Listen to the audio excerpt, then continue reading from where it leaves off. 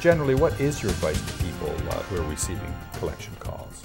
Well, I think I look at dealing with collection calls as sort of a two-part process. Okay. I think step one is to try and stop the calls so that you're not being, I describe it as sort of being under siege psychologically if you're Right. constantly getting these calls.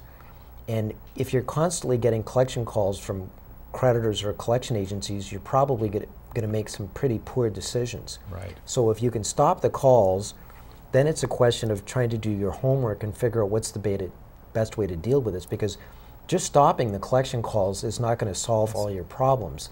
The second and more difficult part is trying to figure out what you're going to do with actually have a this plan of action so That's that now, assuming that you are able to stop the calls, I mean, what do you recommend them developing a plan, and then what? Do they contact the collection agency, or do they contact the original creditor? Well, if you contact the original creditor, they're probably just going to refer you back to the collection Okay. agency. I think that if the collection agency is just out of control and they're just being real jerks, then I might contact the original creditor and see if I could work something out with them. Right. But I think sort of the meat of the book, Wolf at the Door, is looking at a person's various options when they've got a debt problem. And what I try and do is canvas the various options that people have, Right. set out the advantages and disadvantages of each one, and sort of give people a menu of alternatives for how Right. they could deal with their debts.